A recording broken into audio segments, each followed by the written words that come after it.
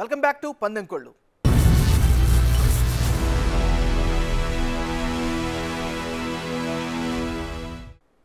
ఖమ్మం జిల్లా సత్తుపల్లి నియోజకవర్గం ఆంధ్రప్రదేశ్తో సరిహద్దు పంచుకుంటున్న ఎస్సీ రిజర్వ్డ్ స్థానం.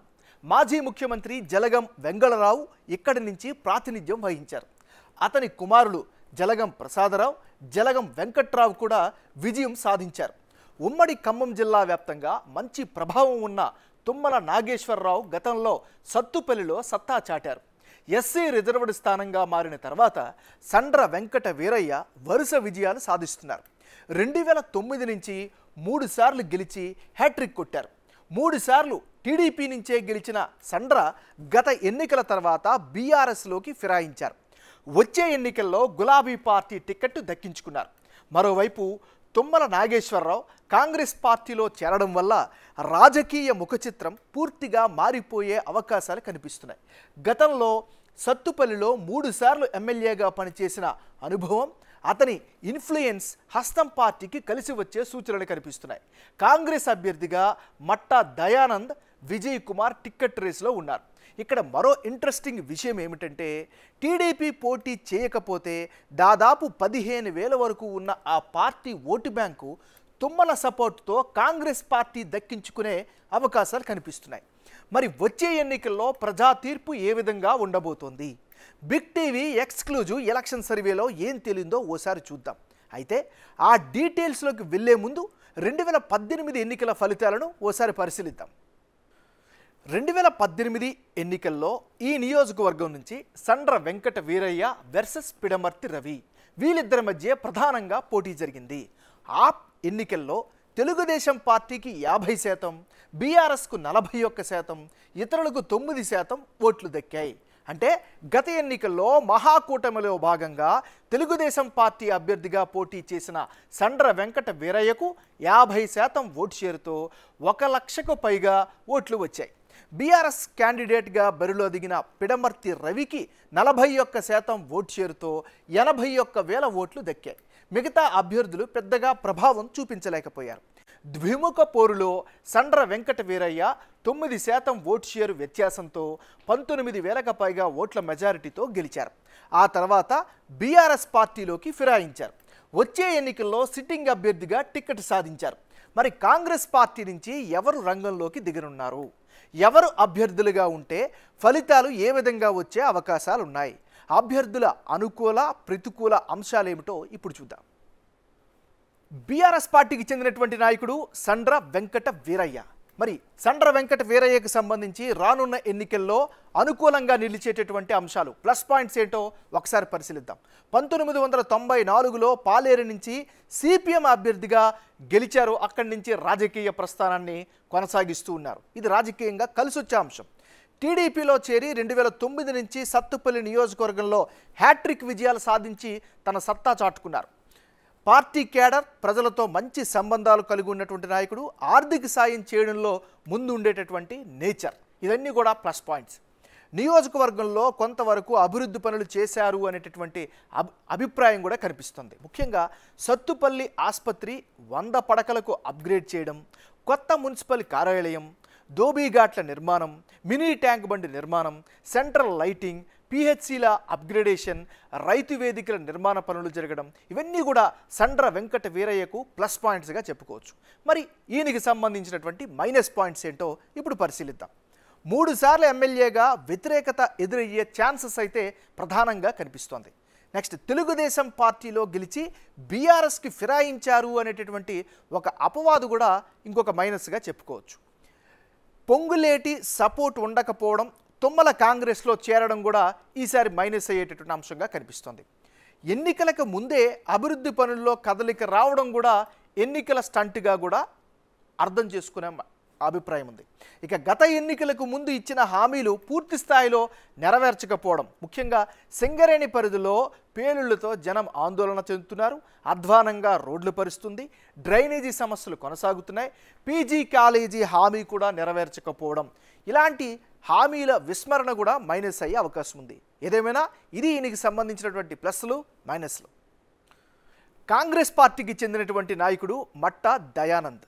మరి మట్టా దయానంద్కి సంబంధించినంత వరకు రానున్న ఎన్నికల్లో అనుకూలమైనటువంటి అంశాలేంటి, ప్లస్ పాయింట్స్ ఏంటో ఒకసారి పరిశీలిద్దాం. ప్రజల మధ్య చురుగ్గా ఉండే నాయకుడిగా పేరు సంపాదించుకున్నారు, ఇది ప్రధానమైనటువంటి ప్లస్ పాయింట్. నెక్స్ట్ నియోజకవర్గంలో ప్రధానంగా చూస్తే మంచి ప్రభావం ఉన్నటువంటి నాయకుడిగా కూడా గుర్తింపు అయితే సంపాదించుకున్నారు. నెక్స్ట్ తుమ్మల నాగేశ్వరరావు సపోర్ట్ ఉన్నటువంటి నేత కావడం రాజకీయంగా కూడా కలిసి వచ్చేటటువంటి ప్రధానమైనటువంటి అంశంగా చెప్పుకోవచ్చు. ఎందుకంటే ఏ నాయకుడికైతే ప్రజల మధ్యలో ఉంటారో, ప్రజల కోసం పనిచేస్తారో, పార్టీ పరంగా దగ్గరగా ఉంటారో వాళ్ళకి ఖచ్చితంగా ప్లస్ అయ్యేటటువంటి ఫ్యాక్టర్స్ ఉంటాయి. ఇది ఈయనకి సంబంధించినంత వరకు ఉండేటటువంటి గ్రౌండ్ డీటెయిల్స్. కాంగ్రెస్ పార్టీకి చెందినటువంటి నాయకుడు సంభాని చంద్రశేఖర్. మరి సంభాని చంద్రశేఖర్కు రానున్నటువంటి ఎన్నికల్లో రాజకీయంగా అనుకూలమైనటువంటి అంశాలేంటి, ప్లస్ పాయింట్స్ను ఒకసారి పరిశీలిద్దాం. 1983 నుంచి కాంగ్రెస్ పార్టీతో రాజకీయ ప్రస్థానాన్ని కొనసాగిస్తున్నటువంటి సీనియర్ నాయకుడు. ఆ సీనియారిటీ రాజకీయాల్లో ఖచ్చితంగా కలిసొచ్చే ఫ్యాక్టర్. పాలేరులో ఎమ్మెల్యేగా విజయాలు సాధించారు, మంత్రిగా కూడా పనిచేసినటువంటి అనుభవం ఈయనకి కలిసి వచ్చేటువంటి ఫ్యాక్టర్. నెక్స్ట్ పార్టీ పరంగా చూస్తే ఏఐసిసి సభ్యుడిగా ఉన్నారు, తెలంగాణ పిసిసి ఉపాధ్యక్షుడిగా కొనసాగుతున్నారు.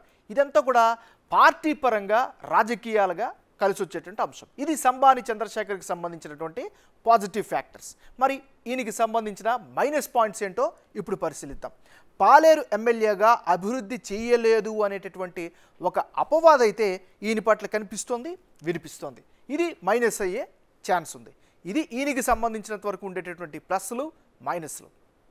భారతీయ జనతా పార్టీకి చెందినటువంటి నాయకుడు రామలింగేశ్వరరావు.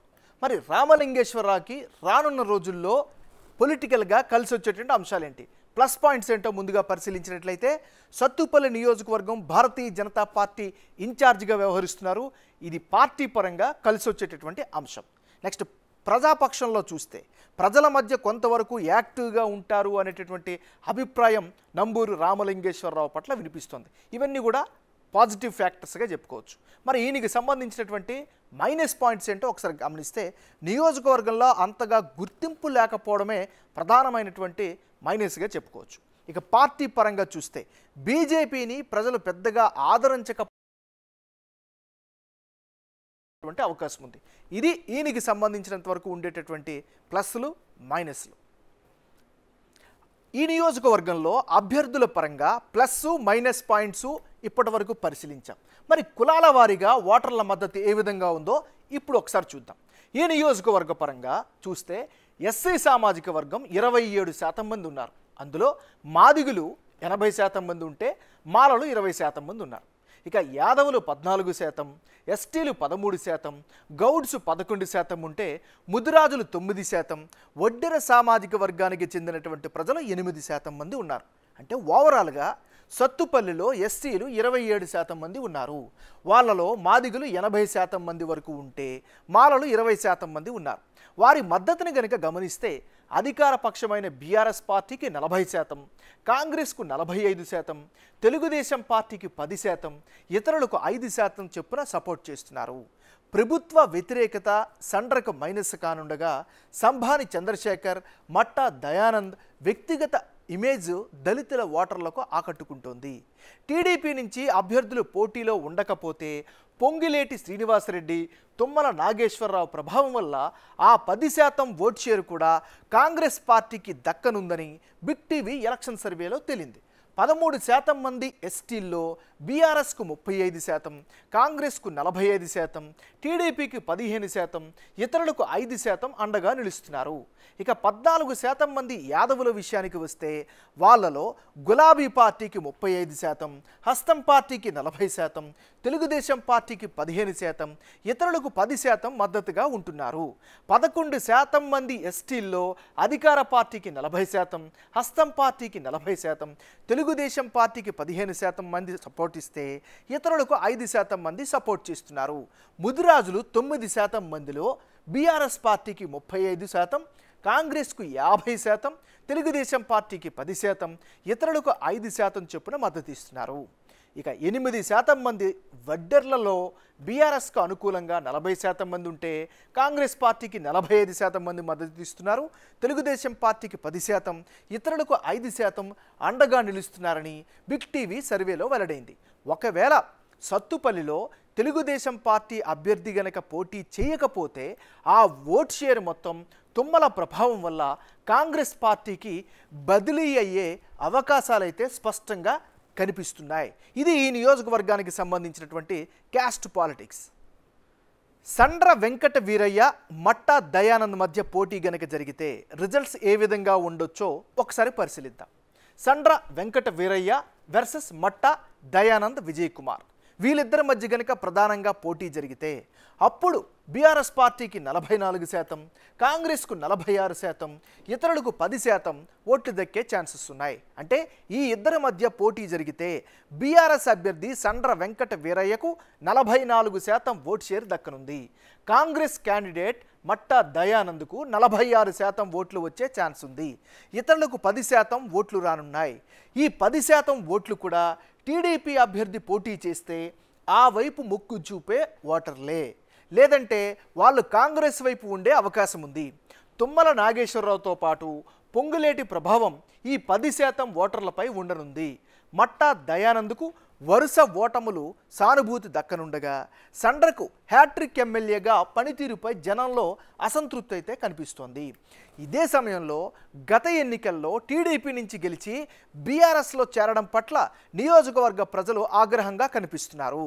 అలాగే ప్రభుత్వ వ్యతిరేకత, ఇచ్చిన హామీలు అమలు చేయకపోవడం సండ్రకు మైనస్ అవుతోంది. గత ఎన్నికల కంటే ఆయనకు 6% ఓట్లు తగ్గుతున్నాయి. మహాకూటమిలో భాగంగా గత ఎన్నికల్లో హస్తం పార్టీ అభ్యర్థిని పోటీలో నిలపలేకపోయింది. ఈసారి ఆ లోటు భర్తీ కానుంది. టీడీపీకి సత్తుపల్లిలో దాదాపు 15,000 ఓట్లు ఉన్నాయి. ఆ పార్టీ క్యాండిడేట్ గనక పోటీలో లేకపోతే తుమ్మల కాంగ్రెస్లో చేరడం వల్ల గంపగుత్తగా హస్తం పార్టీ ఖాతాలోకి చేరే ఛాన్స్ ఉంది. ఇప్పటికిప్పుడైతే 2% ఓట్ల తేడాతో విజయం కాంగ్రెస్ అభ్యర్థిగా మట్టా దయానంద్ పోటీ చేస్తే అతనికి ప్లస్ అవుతోంది. ఇది ఇవాల్టి పందెంకోళ్ళు. మరో 2 నియోజకవర్గాల్లో బిగ్ టీవీ సర్వే రిపోర్ట్తో రేపటి పందెంకోళ్ళలో కలుద్దాం. అంతవరకు చూస్తూనే ఉండండి బిగ్ టీవీ.